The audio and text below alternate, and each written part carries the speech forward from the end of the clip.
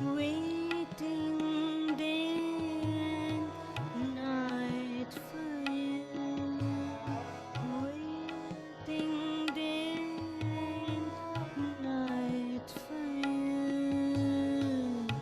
Oh, my beloved, waiting for you. Oh, my beloved, waiting for you. Waiting day and night for you. Waiting day and night for you. Oh, my beloved, waiting for you. Oh, my beloved, waiting for you.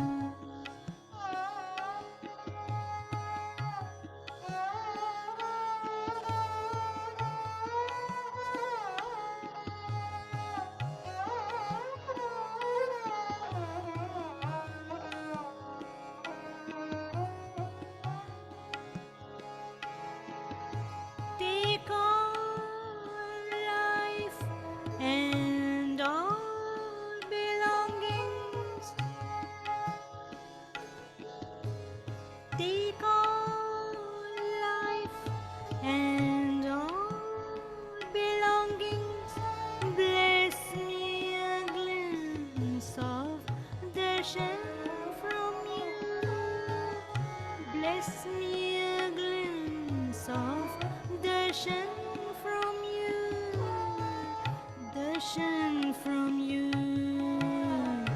Oh, my beloved, waiting for you. Oh, my beloved, waiting for you.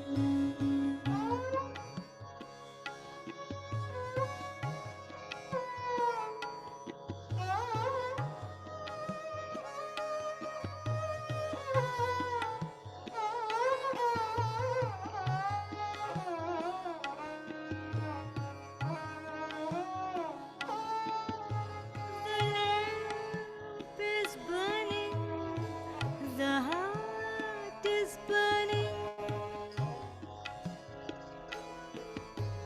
The lamp is burning, the heart is burning.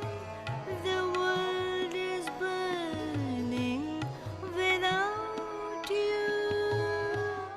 The world is burning without you. Without you. Oh, my beloved, waiting for you. Oh, my beloved, waiting for you.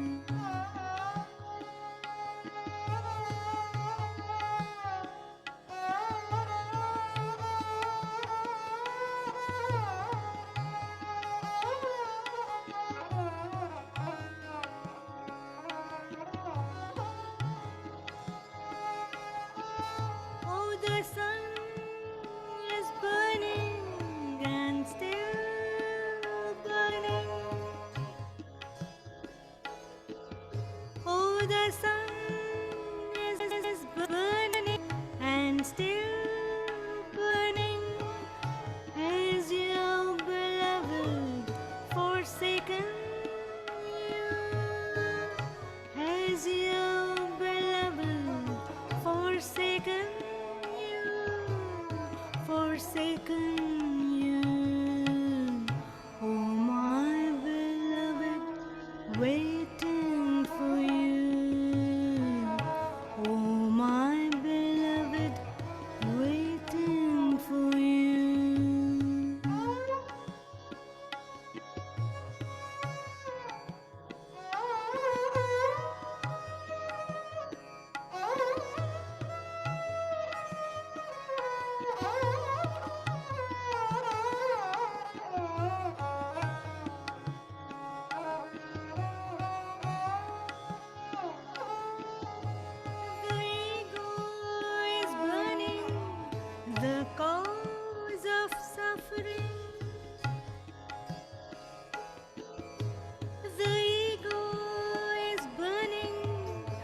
the cause of suffering. It has separated me from you. It has separated me from you, from you. Oh, my beloved, waiting for you. Oh, my beloved, waiting for you.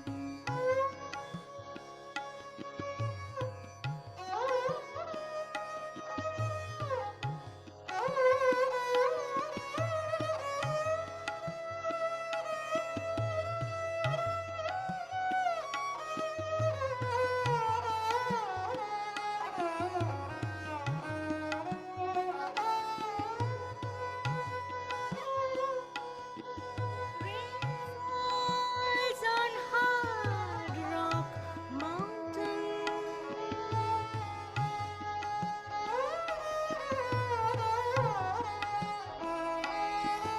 Rainfalls on hard rock mountain. To the lake, water rushes through. To the lake, water rushes through. Rushes through. Where is humility? Where are you? Where is humility? Where are you? Oh, my beloved, waiting for you. Oh, my beloved, waiting for you.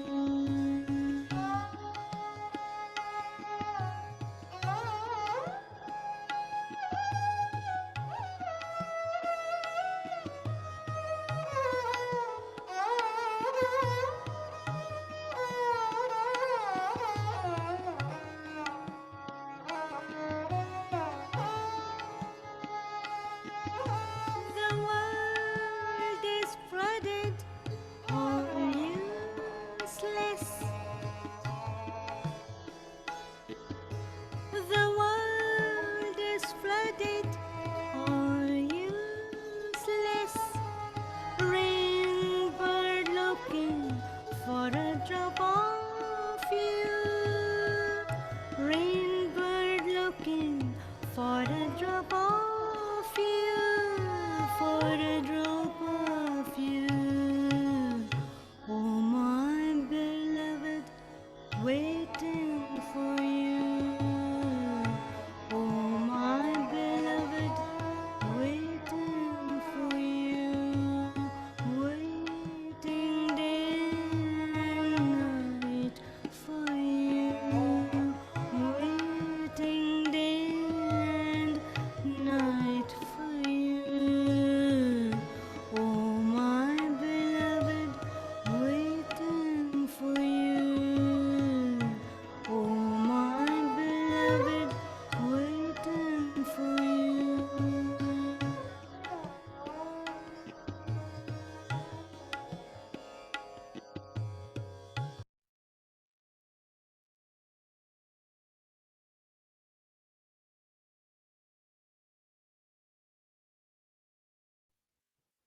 Hello, everyone. Welcome to Satsang. Nice to see you. We will start today with a Sabbath by Satwan Kaur. O writer of fortunes, please be gracious when you write mine. Then we have a talk by Michael and a talk by Vises Anurag Sagar. Then we have 5 minutes of meditation and Master's YouTube talk, and then we'll all do group meditation with love and devotion. Thank you so much. Let's start.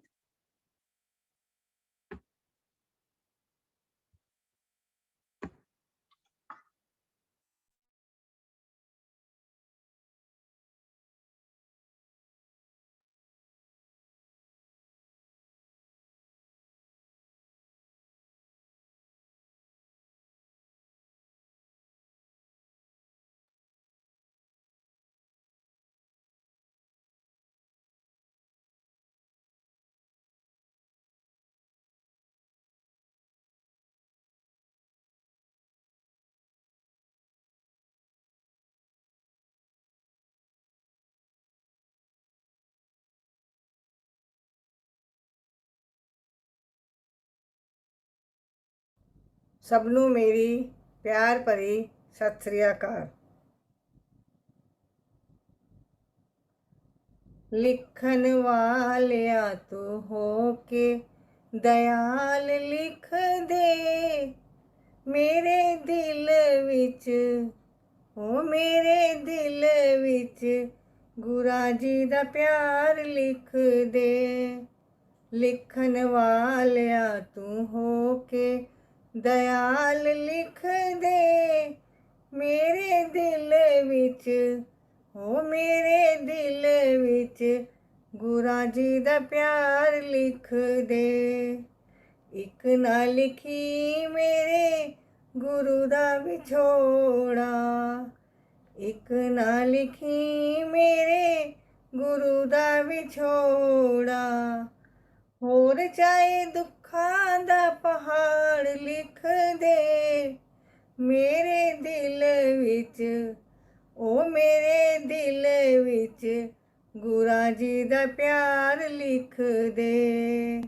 ਸਿਰ ਉੱਤੇ ਲਿਖ ਦੇ ਤੂੰ ਹੱਥ ਮੇਰੇ ਗੁਰਾਂ ਦਾ, ਸਿਰ ਉੱਤੇ ਲਿਖ ਦੇ ਤੂੰ ਹੱਥ ਮੇਰੇ ਗੁਰਾਂ ਦਾ।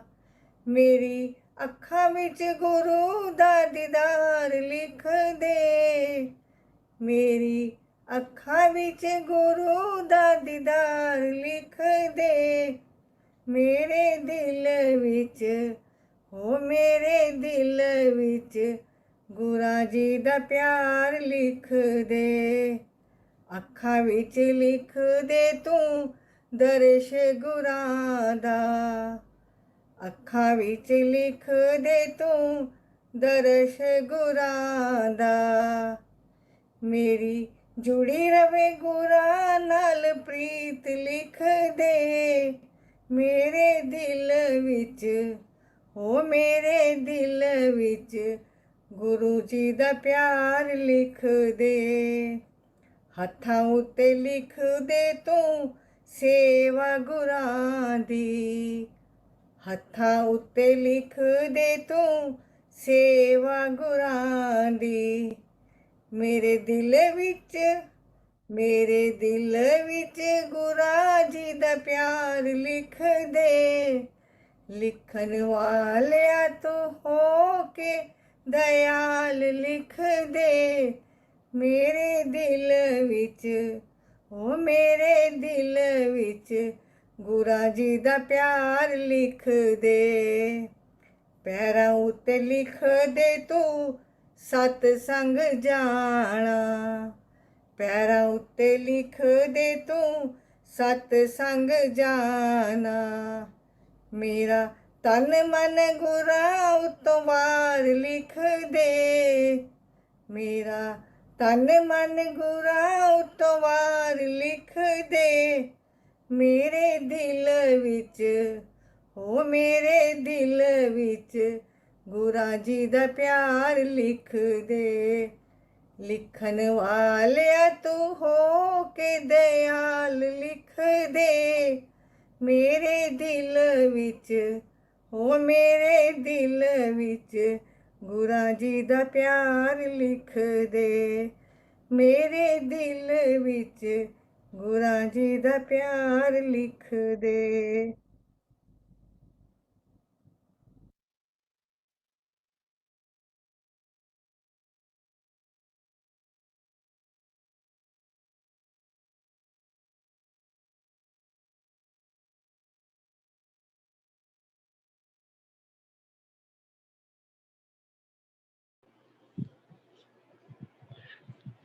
Good morning, everyone. Welcome to satsang. We continue the holy dance of God, the wisdom of the mystics, the master of the hearts. In this satsang, we are with the master of the hearts, the perfect one. And what a holy time every day we spend together as a holy family. And Satwant, her shabd was amazing. And it says, please write love for Master in my heart. Wow, what she's praying to the writer of fortunes, which is Father or Mother God, or the writer of fortunes, to put the love of the Master in her heart. And this is all our prayer, that in our destiny, in our predestined destiny, the time of the future that we don't know that will happen as we go on this time events, that there will be love for Master in our heart. And every moment of our heart, every moment of our life will be devoted to the Master. And our feet will walk only towards Master. Our eyes will only see the Master. And our ears will only hear the satsang of the Master. And our tongue will only be used to praise the Master, to praise his beauty, to praise he's the King of Heart, the Master of Hearts, to just enjoy looking at him. That's what I would like my eyes to do for the rest of my life, is just to enjoy my outer eyes, to look at the videos of the Masters, at the teachings of the Master, and my inner eye to see, to have the darshan of the inner Master 24/7. This is my prayer. And my feet to be only used to go towards satsang and towards Master. And all my body, whatever I have in this world, as Santakar used to tell us, that whatever you have in this world, if you have a family, use it to find God. If you have a body, use your body to find God. If you have any wealth, use that wealth to find God. If you have a house, make it into a satsang. If you have a house, invite people to come and meditate with you. If you have food, give it to satsangis, so they can, when they come to your place, they can eat that food. That everything that we have in this world is to be used towards God, and to pray that in our destiny only Master is there. Wow. In the Shabd this morning, it says, Master of the hearts, more sacred than the Quran or the Bible, more sacred than any holy book.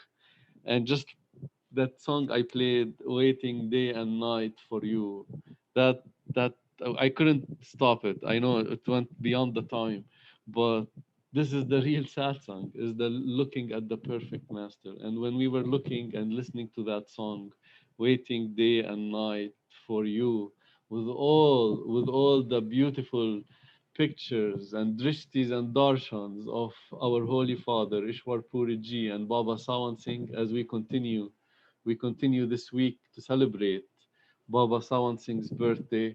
And then at I think Saturday is Guru Purnima. So really every day of our life is a celebration of the Master, his birthday, his existence in our life, that he is in our destiny. He is prescribed in our destiny. And every moment of our life, may it be Master. What a beautiful thing that we were so absorbed in that song that we forgot time. We forgot time, we forgot ourselves, and we were just so attracted to that magnetic field of force of love. The magnetic force of love just drew us. We couldn't take our eyes from Master. He is so beautiful. He is so beautiful. There is something about the Master. He could be 100 years old, but there is something in the Master that just pulls us like moth to the flame. And what is that thing? That is pure love, pure love, pure love, pure unconditional love in Master just draws us. The outer body doesn't matter. He could be 200 years old, looking like this, but the love, the light attracts us, and everything becomes so beautiful, so beautiful when we look at the Master. That, oh, there is a poem from Hafiz. There is a poem from Hafiz, and it says, I just read that poem in the morning, and Hafiz was eyeing, like, like the lovers of God, they look at Master from head to toe. Every hair that he has is like so valuable. Every hair that Master has is so valuable. And the lovers just even concentrate on every hair. Every hair of Master has billions of suns and moons and stars in it. That's how much light it has. And every hair of Master, we spend time looking at it, not only just on his eyes, not only just on his forehead, but every movement is full of grace. Every movement is full of grace. When Master walks, it is Father God walking. It is Satpurush, the creator of all, walking. And that attracts us. That attracts us. We pray for that divinity moment after moment after moment. The true lovers of God are so absorbed in the Master, they don't care about anything. They don't care about anything. All what they care about is just the company. All they care about is the presence of divinity. All they care about is to be with Master. They don't even care about inner experiences. They don't care what's inside. All what they want to see is their Holy Father, their Holy Master. To have that darshan, to have that drishti, to have that company is the most important thing. Nothing else really matters. This is the beauty. This is the beauty of love as it increases. Once love ferments into us according to our destiny, this prescribed show that was given to us, and we went on it from the beginning till we reached here, and where we are here, and how now all what is important is just to be in the company of the Master, to feel that nectar of the Lord, to feel the nectar of, to drink the nectar of the Lord on daily basis. And how do we drink that nectar? By looking into his eyes, by looking into his face, by listening to his subtle words. His words are like a song, that the eternal song of God are the words of the Master.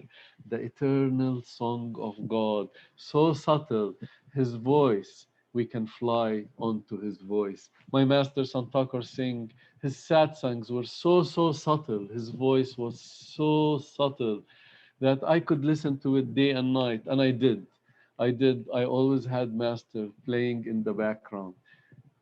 And his voice never ever like was disturbing, never ever stood in the way. It was there in the background playing, and that means like part of my attention was on master. Part of my attention was listening to master, enjoying, even if I didn't understand what he says, but just his voice is there. It's a security to just have the voice of the master playing. It's like a security that he is there, that he is there. I am with him, he is with me. I am in his heart, I live in his heart, and he lives in my heart. And to live in the heart of God is all joy. To live in the heart of God cannot be described. To have the master in our life, it's the joy of all joys. So Hafiz was eyeing a curl on the dress of his master Attar, and he was calculating at night the worth of that curl, the worth of the curl on the dress of his master. And he was thinking of jumping into the bed of his master and cutting that curl and stealing it. And he was saying that the master might kill me, wake up and kill me. But that's wonderful. That is wonderful to die in God and go to the. Let me read the poem. The full fragrant curl. Why do I want to get so close to you tonight, dear master? With such a sharp knife in my hand, I'll confess, I've been eyeing that beautiful curl dangling at the end of your tress. I have calculated its worth way into the wee hours. I have figured the price it will bring is the ransom I need to free myself from every god my mind and this world have ever erected, to free myself from every sterile idol that makes me bow to its lies, and wants to strangle my fragile joys and precious winged pen. I need to know I am yours, beloved. I need to know I am yours, beloved. Kiss me more. To untangle my every alliance with guilt. To untangle my every alliance with guilt. This is what Ishwar Puri says. Ishwar Puri ji taught us a lesson. Never feel guilty. Whatever happened had to happen that way and could not have ever happened any other way. Even if you replay the DVD, it will happen the same way. Never feel guilty, he said, because guilt will stop your spiritual progress. So Ishwar Puri ji also said, never feel guilty. And here Hafiz is saying, I need to know I am yours, beloved, to untangle my every alliance with guilt. When that cruel net casts itself, it can cause even a great one to live in sorrow and sadness. Even a great one, if he is feeling guilty, will live in sorrow and sadness. So let me near you tonight, dear Master. Let me near you tonight, dear Master, with a sharp knife concealed in my palm. Let me cut from your favorite garment a tiny thread, from which I will make a sacred lasso to encircle the sun. Wow. If I could do that with just a frayed thread, imagine what could happen if you let me sever that full, fragrant curl that holds this earth like a blue diamond ornament dangling from your ear. Let it be mine, so I might swallow at last this tiny sacred object, this world that has caressed your cheek so many times. Wow. Hafiz has learned to sing all night. Hafiz has learned to sing all night with a divine eloquence and humor to help fill God's artists and seekers to the brim. Oh, let me near you tonight, beloved, with my heart concealed in my hands. Let me near you, and I will place it at your feet forever. Wow. Let me near you, beloved, with my heart concealed in my hands. Let me near you, and I will place it at your feet forever. Place our heart at the feet of Master forever. Be generous in giving ourselves to Master, to be generous in giving everything we have and our whole self to Master. The more generous we are with ourselves, with our time, with our existence, and with everything we have, to just lay it at the feet of the Master, our head, our heart, our soul, our body, our mind, our relatives, our worries, and our sorrows, then the more happy, eternal happiness we will achieve. This is the beauty. This is the beauty of our path, that we have God in our destiny, that we are the fortunate ones. We have graduated the 84,000 species. We have went through all the suffering lives of beggars and and criminals and jails and all that. And now we are lucky. We have a peaceful life in peaceful Master. We have a beautiful life in love. We live in love. Love surrounds us. Love is in us.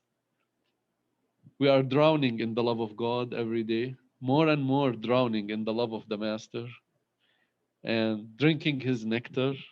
We're like an ocean of love, swimming in the love of the Master. The most beautiful thing, the most beautiful blessed destiny. And for that destiny that God gave me, that I have reached this stage where Master Satpurush, the perfect one, has showed himself to me, is living inside me and is living outside me and everywhere in my life. For that, I say thank you, Master. Thank you, Father God. Thank you and thank you. And this thank you, I put the power of infinity over it. And over that infinity, I put another infinity and another infinity and another infinity. That's how much grateful. That's how much grateful I am to God to give me this life of love. That now, in this life of love, all my worries, everything. I hand it to Master, and I just now in a state where I could just enjoy the love and live in the love, live in the remembrance, moment by moment of my Master.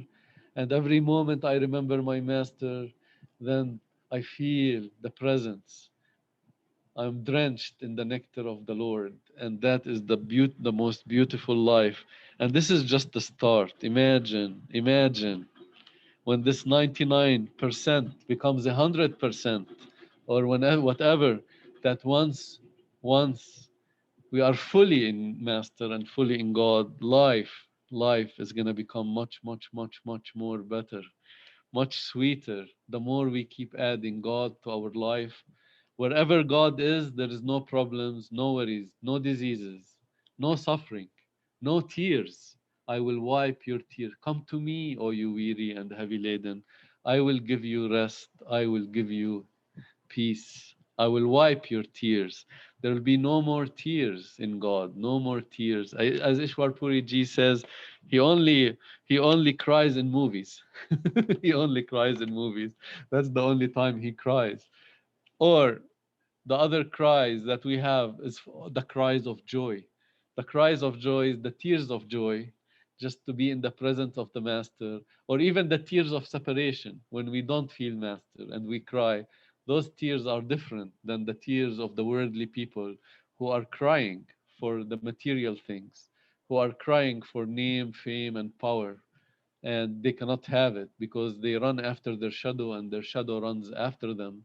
And if they have it for some time, then it will be taken away from them. Then they suffer in the attachment. That's the life. That's a different type of life that we are almost forgetting.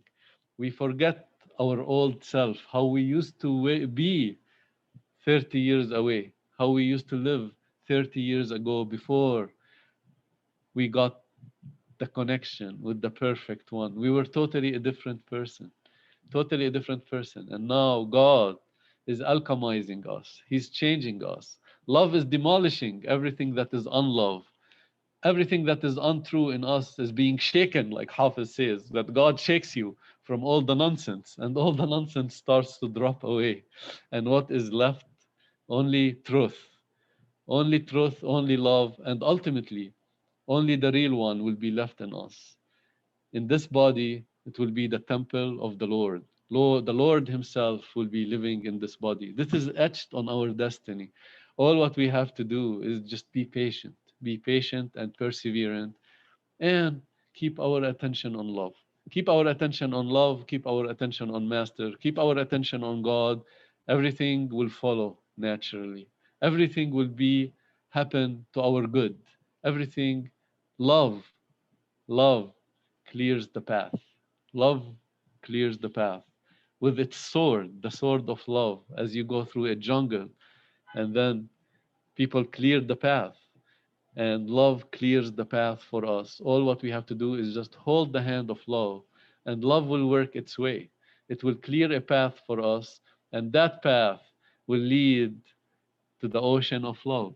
We will be immersed, we will be immersed for eternity, drinking the nectar of the Lord. This is the life of the man that can be lived.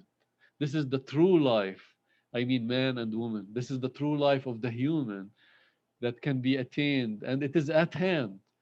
The kingdom of God is at hand, Jesus said. It can be had in this life. It can be had. All what you have to do is just keep your attention on love with patience and perseverance. And then Master will do it. Master will take you. This destiny of us will be so beautiful at the end. More and more. As more and more God is added onto us, it's going to become more and more and more beautiful. The saints say it will be undescribable. So I can't wait. I can't wait to ferment more in love, to add more God to me day by day, and to just enjoy this path. It's a path of enjoyment. It's a path of laughter. It's a path of music, where Hafiz says there is a holy band attached to you, and that holy band will start to play. That holy band of music, the celestial music, the eternal music, the word God will start to play in us, all the time, all the time. We'll be listening to all what the saints say, the flute and the org and the bagpipe and the cella and all that, the bells and all this holy band. It will be our life will become a concert, a continuous concert of God. So imagine that life compared to the old life when we did not have Master. It cannot be described. We were animal humans, and now Master is transforming us into God humans, and then we will become a God man, a God woman, a God man or a God woman. Wow. Who does not want to be that? Who does not want to be the King of Kings? If that has been offered to you now, then take it. Take it and have it. The King of Kings, the Queen of Queens, the Emperor of the whole world you will become. Just keep your attention on Master, and it will happen. It will happen. Okay, this is my seva for today. I wanted to read to you a story from Rumi, but I will read it tomorrow. It's a beautiful story, but yeah, that's for tomorrow.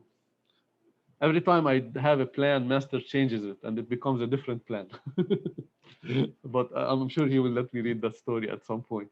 Okay, thank you, Master, for all the seva that you give me, and thank you, and thank you, and thank you forever.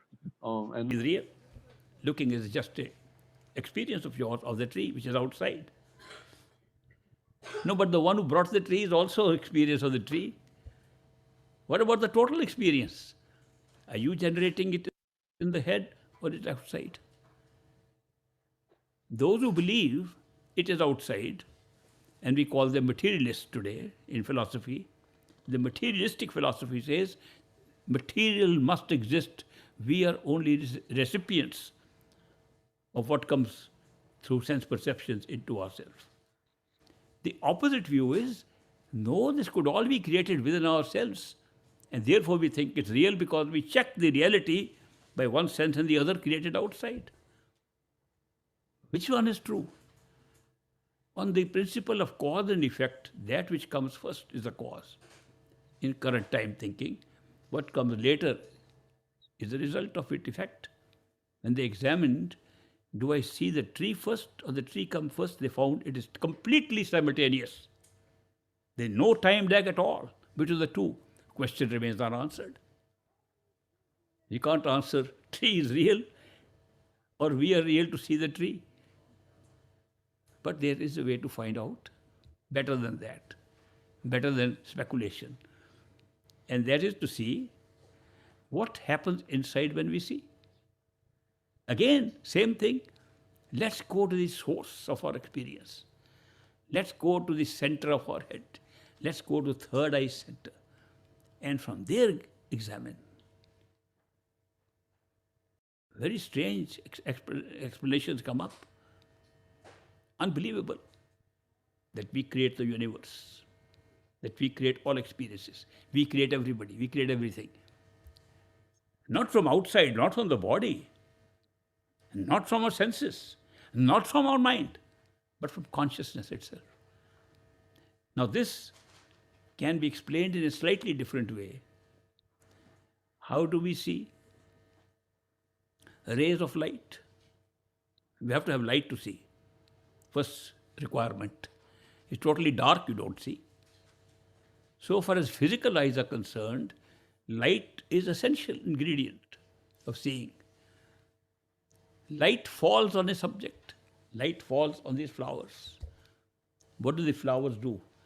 They absorb out of the rainbow colors of the light, which are all 7 colors there, they absorb most of the colors and cannot absorb some colors.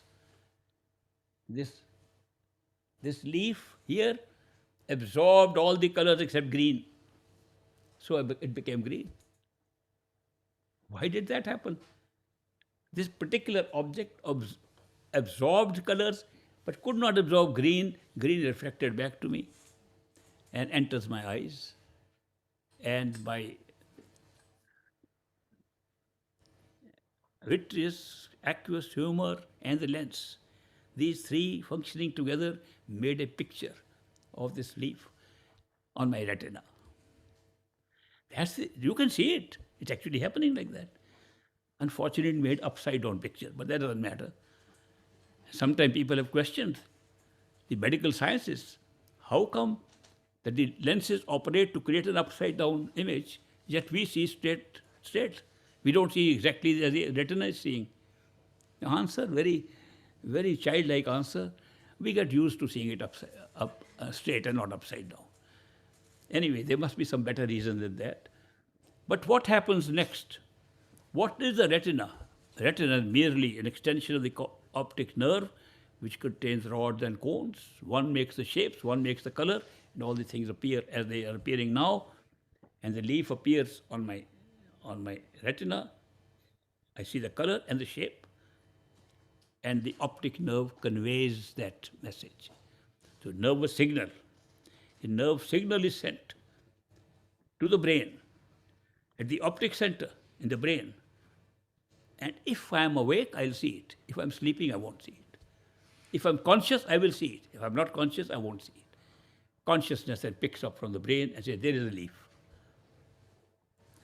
Now let's say, supposing our retinas have been created with this faculty, with this capability of creating all sorts of images, special retina that create images, and that my retina created an image of a leaf, green leaf, I would still see it here, exactly.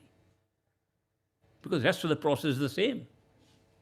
Retina is picking up what is exactly outside and conveying exactly what's inside. Supposing retina does nothing, it's only the optic nerve or the optic center that does it from the brain. I still see the leaf exactly as I'm seeing now. Supposing it's not even the optic center, not even the brain, supposing it's consciousness that last picks up and makes it a leaf of a tree, I still see it exactly the same. Therefore, even this question in medical sciences is pending an answer. Do we see through consciousness? Do we experience everything through consciousness where it is being generated? Or consciousness merely receiving end? Answers can be found if we study consciousness a little deeper. In fact, I was so impelled when I was very young to write about this. I said I'll write a book, and I called it The Anatomy of Consciousness. I will study with consciousness in all its forms, how it operates. I wrote one line. We are alive because we are conscious. I couldn't find a second line. The book remained there. Then many years later, I gave a lot of talks on consciousness, and they got transcribed, they got recorded, and somebody compiled them, and my wife found them out, and she didn't like me to talk these things. She thought I'm really talking as if I've got some real knowledge inside, which I don't really have. And therefore she said, people get misled by listening to you, that maybe you have some enlightenment or something. All you have is good talk. So you should be not giving that impression to people. So somehow, I don't know how her mind changed. She picked up that one book with one line written by me and began to take up from the transcriptions and my tapes, and completed the book. Mostly from my tapes. Some she added from other teachings of Buddhism and so on. So the Anatomy of Consciousness she published secrecy, and one day presented to me, this is your book. In the foreword to the book, she did add at the end, the author knows very well my hates and loves and hates about the subject. And that's also still in the book. But the question was, consciousness is very interesting and deep subject. It's subject of our own self. It's subject who we are. If we can study who we are as consciousness, we study who the self is. All experiences are there because we are conscious. So that is why, if consciousness generates everything, how can we practically see it? How can we practically see how sense perceptions work? I just gave an example that we use imagination, in which we use all 5 sense perceptions. In the meditation exercises we do, some opening exercise I do is, I put these flowers and a snack on the table and say, you imagine your own flowers, your own snack, your own drink in your head. And then one by one I tell them to taste it. Now you check out, touch it, taste it, smell it, do all the five senses, and they are able to do all of them. And then we check, what flower did you see? Not the ones we imagined. They were brilliant with light coming. They had experiences which are so different from what they want to imagine. Did you like the taste of the drink? Very good. I never had it before. How can that happen? If you are only using your own memory of your own stuff which you have actually experienced, how can you try to make the same imagination, trying to imagine the same things, come up with so much difference? That means there is something functioning in us which is not generating purely from physical memory something, but something slightly different. And when you hear this from hundreds of people, and so many of them say, we saw flowers that were emitting light, colors were lighted up. These flowers never do that. Boy, where are those flowers from? Where are we seeing them? There was a Chinese philosopher, Fa Hin. Fa Hin, when he slept, had a dream. In the dream, he felt he was a butterfly. And he was flying in a garden. Flowers were so beautiful, emitting lights and colors, that's what he records. That he said, this is definitely more real than my physical life. He felt so real, more real than his physical life. He said, this is a reality I found out today. And he flipped his fingers, his wings of a butterfly. He was flapping those wings of his as a butterfly. Then he woke up. And he thought, am I really a butterfly? Now dreaming I am a man and a philosopher? Or am I a man and a philosopher dreaming that I was a butterfly? So he told his intimate friends. He said, I had this dream. The dream sequence was more real than this world. Flowers were so different from the flowers I've seen. I couldn't even imagine them.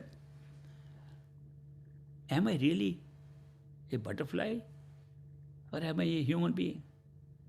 His friends told him, don't be stupid, that was just a dream. You are not a butterfly, and you can't say actually that you flew as a butterfly. You saw a butterfly in your dream. He said, I never saw any butterfly.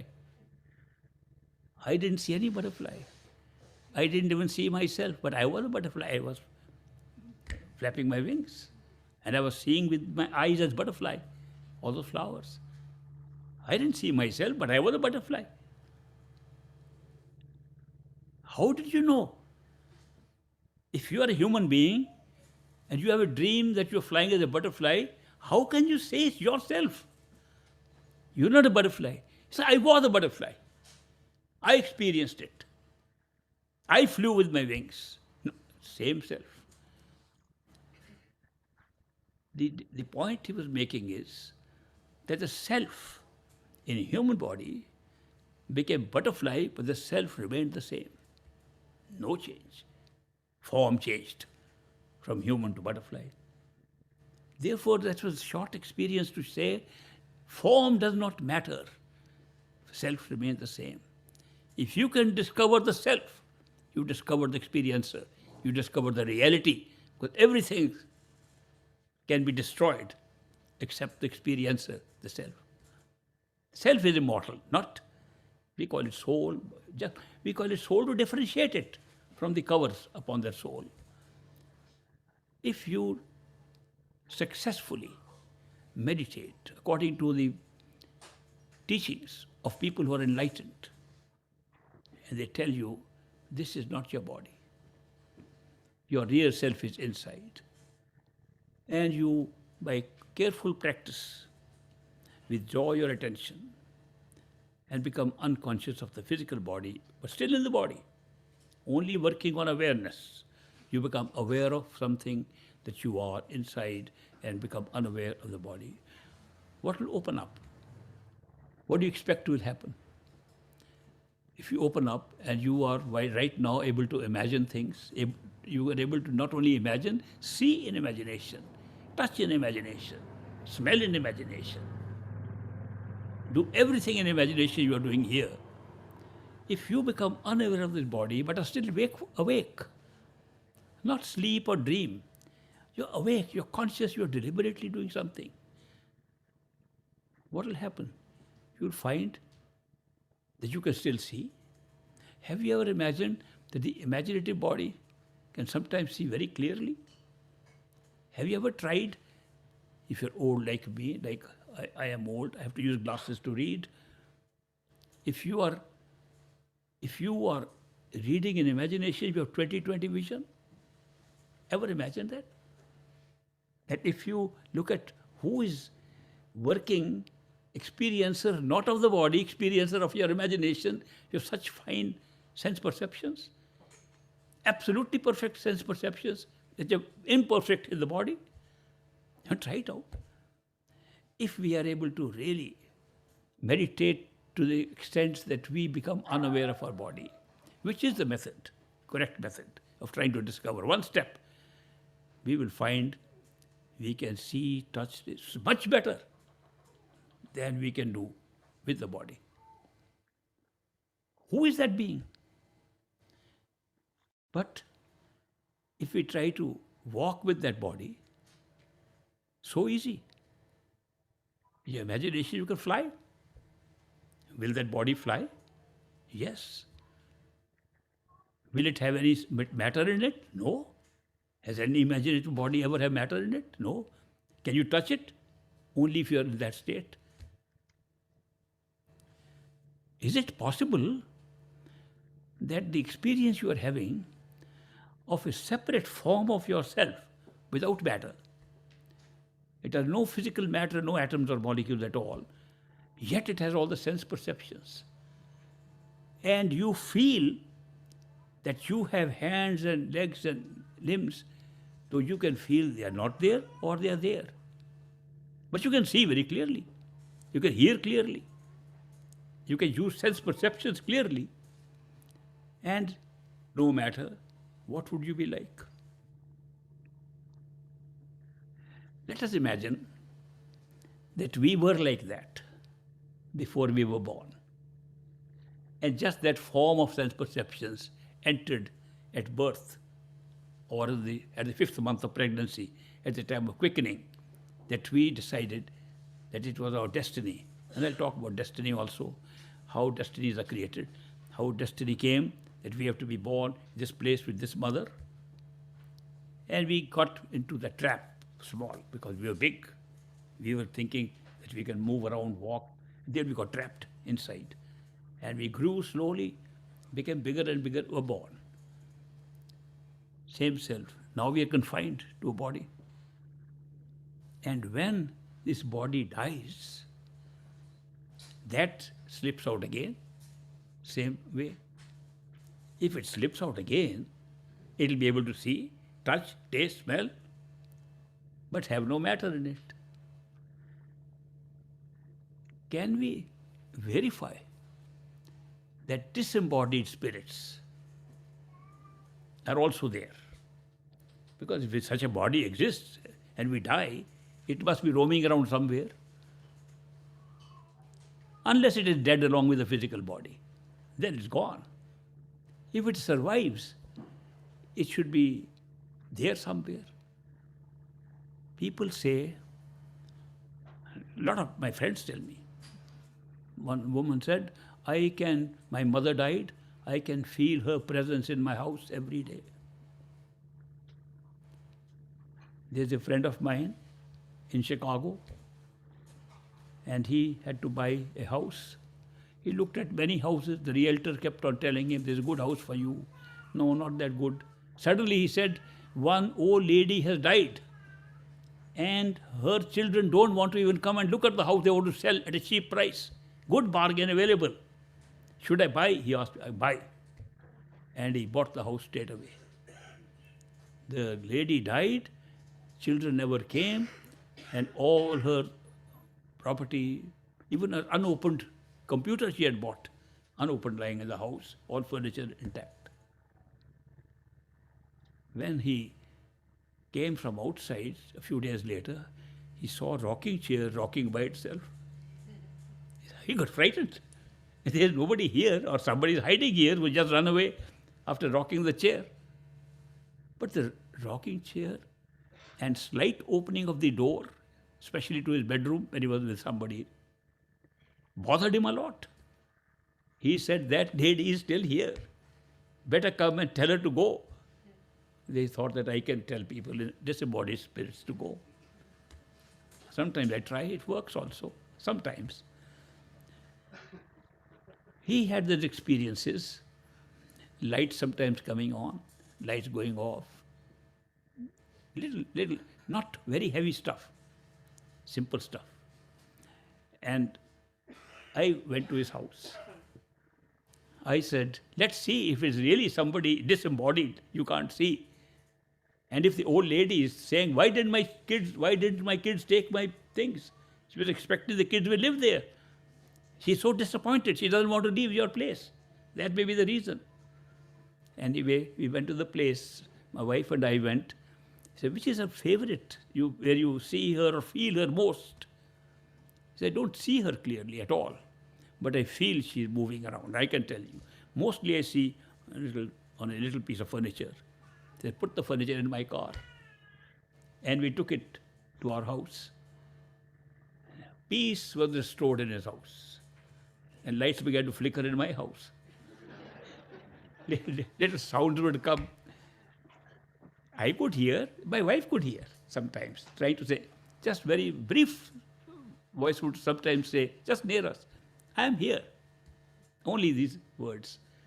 And we could hear, there's nobody. Are we imagining? Two of us together imagining something? He didn't know. But slowly we got to the impression that she actually moved. But after 2 months, nothing was happening in the house. He complained, she has come back. My chair has started rocking again. He got frightened. I am never frightened by these events. I like to see them. I like to invite these people. I've sometimes invited them to my meetings. And some have died for a while and still they can come in this disembodied form. So what is the state? Can we see them? We can't see them because they are not made of matter. We only see matter. But we have power to see. Supposing we are also in the same state that they are in, we'll be able to see them. And even though we are not dead, we are not like them, we can have an experience called dying while living. In the Bible, Paul says, I die daily. It doesn't mean there's physical death. It's only a way of saying that I can be in a form other than the physical body. Now let me tell you, all of you can experience this. Method is very simple. Withdraw your attention from the physical material world, from your physical material body, to the imaginative self that sits inside at the third eye center. And there are very good techniques to do it and very good helps that we can use to do that, which is, of course, the training of meditative exercises. But you can do that and you can then feel you have the power of seeing, touching, tasting, smelling without physical body. You can see all those people. You are in the same form as they are. And we all have that form inside us. It's not unique to anybody. It doesn't require some specialist to come and do this. Anybody can do it by simple exercise of being unaware of the physical body and yet aware of our sense perceptions, can do that. That is why we can see disembodied spirits if we are in disembodied state. To die while living is a process of meditation. It's just called like that. True meditation is that. True meditation, not to just have a certain calmness about your worldly jobs or to get away from stress and so on. True meditation is to be able to withdraw your attention to the point where you can be totally unaware of the physical body and still fully aware of yourself as sense perceptions. What should we call that body? We call it sensory body. Very often, that form of ours is called the astral body. Astral word has been used because the feeling at that time is we can see stars which are not these stars. We can see flowers which are not these flowers. We have a whole new open world, open sky. Another feature of the sky, there's never any darkness in it, nor too much light. When you have your experiences of imagining situations in total darkness, the light, grayish light is always there. That light is actually there whenever you withdraw your attention fully there. The experiences of that state of being are very similar for the different experiencers when we compare notes. So that is why at least we can find out that the sense perceptions work independently from the experience we are having. And therefore, the idealists who said you have to have the vision of a tree before you can actually have a tree were actually correct. But to be personally verified by being in that state, and then you to say what is a tree. That is why to understand who we are, what are the possibilities, the answer is go within, not outside. You can study as many books as you like, gather as much knowledge as you like. It's not an experience. Experience comes when you experience at the right place, at the right spot, inside. When your attention can be withdrawn to third eye center, you can have this experience. That means we have a much longer life. If we were that before we were born, and we are still there after dying, obviously the life of that form is bigger. We are using a mind right now in the physical body to think, to remember. As I said, to remember the memories which creates life actually. But do we also have a mind there? I'm only talking of senses. What about mind? Does it still think? Of course it does. That body is still thinking like this body. Mind is still the same. Has the mind changed somewhat? Little bit. What is the change in the mind? It can remember more than this mind can remember here. This mind tries to restrict its memory to physical experiences. And we can't even remember that. We can't remember childhood. I can't remember what breakfast I had yesterday. This mind is so poor in memory, when our vision can become so good without physical body, does the mind also become sharp? Sure. The capacity to remember increases. The most beautiful experience that one has at that time, you can remember time before your birth in the physical body and know where you were in that body, not in the physical body. Personal experience through a memory of the same mind in another form of what happened 100 years ago, 200 years ago. Now, people who have done these exercises, and lots of them in India who do that, have estimated that the physical life very short, 100, 120 years, maybe maximum will be 135 years. Some scientists have said the body is not designed to live more than 135 years. Some claim by constant organ transplants we can make it much longer. The brain has to be kept the same. If the brain is transplanted, it becomes a different person. Therefore, it's a short time. They say from the memories collected from the other body and their ability to project a future by hoping is at least between 1,000 to 3,000 of physical time. Let's say, supposing that's the average life of an astral body, a sensory body. We should be able to remember old things and make forecasts for future, same way like we do here, but on a different scale. But is that the end of a discovery? It's just an experience. It's only an experience.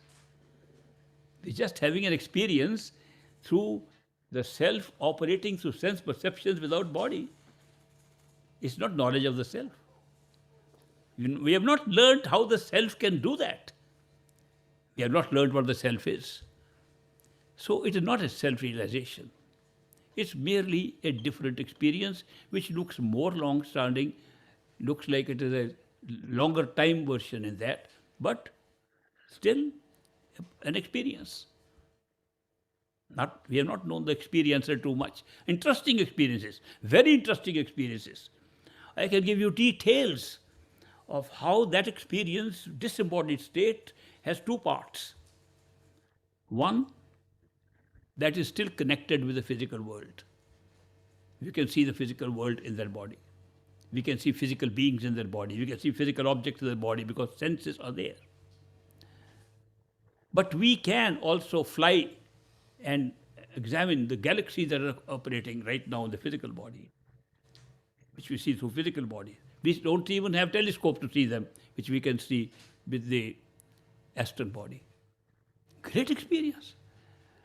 And what makes us do that are our curiosities currently existing now. Not everybody goes to see what is happening on a galaxy or other alien civilizations are actually living or not.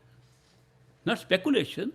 If that is the ability of our inner body, consisting only of perceptions, sense perceptions, and can fly anywhere at very high speed, higher than the speed of light,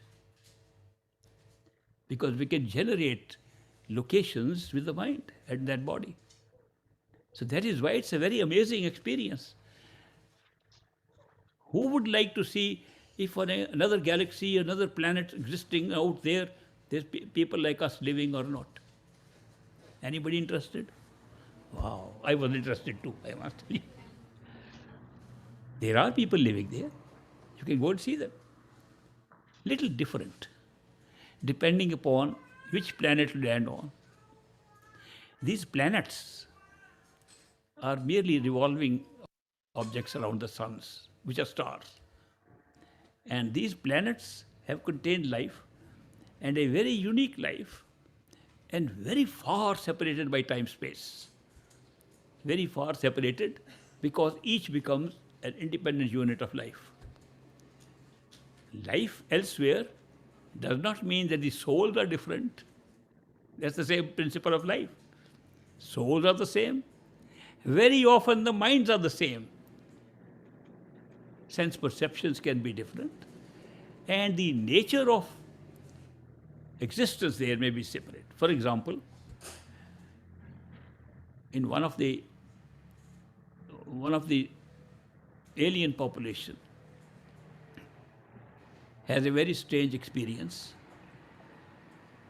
that they have a device developed by which they can freeze time. We can't do it. We have not reached that moment at all. It may take 1,000, maybe 2,000 years, maybe more. Maybe we won't have it on this planet at all. But that planet is populated by people having a device by which if they like something, suppose they like to see these flowers longer, flowers are just moving, they can stop. When we were little children, we used to play a game called freeze. If somebody shouted freeze, we had to stop exactly where we were. When unfreeze, we could move again. In that, you don't have to shout. Every person can do that. So what happens? This solves the problem which current scientists have of the physical world, that we can move on time at will also, like in space. Their definition of the continuum of space-time is correct, but they don't know how to explain that time functions differently than space. There you'll find they both function the same way.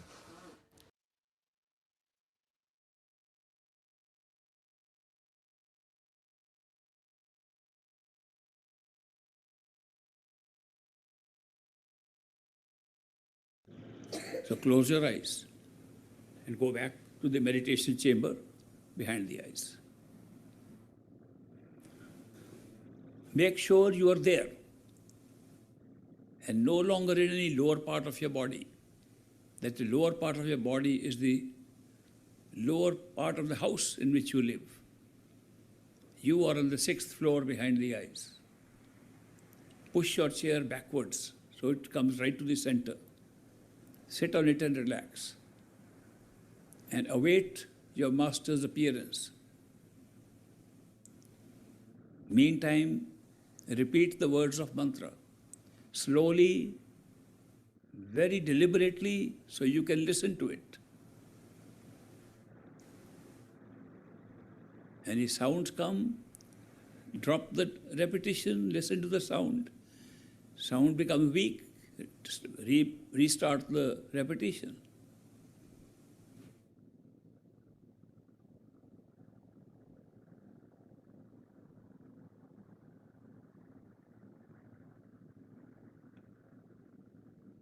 If you can visualize the Master, think of him.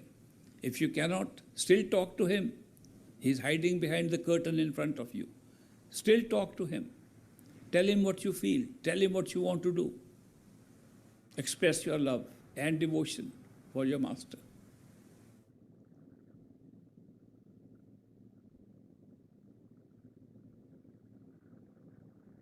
If he replies to your questions, repeat the 5 words of the Simran or any mantra you have to check it is the Master's voice, Master giving you the answer. If not, continue your conversation for the Master behind the curtain. If you can see him, look at his eyes and forehead. If you can see the eyes and forehead, it is the Master. While repeating Simran, if you see the eyes and forehead, it is the Master himself there. Express your love and devotion. Tell your Master whatever you want to tell. This is the best opportunity. Request for anything that you want. Say steady with any request that you have.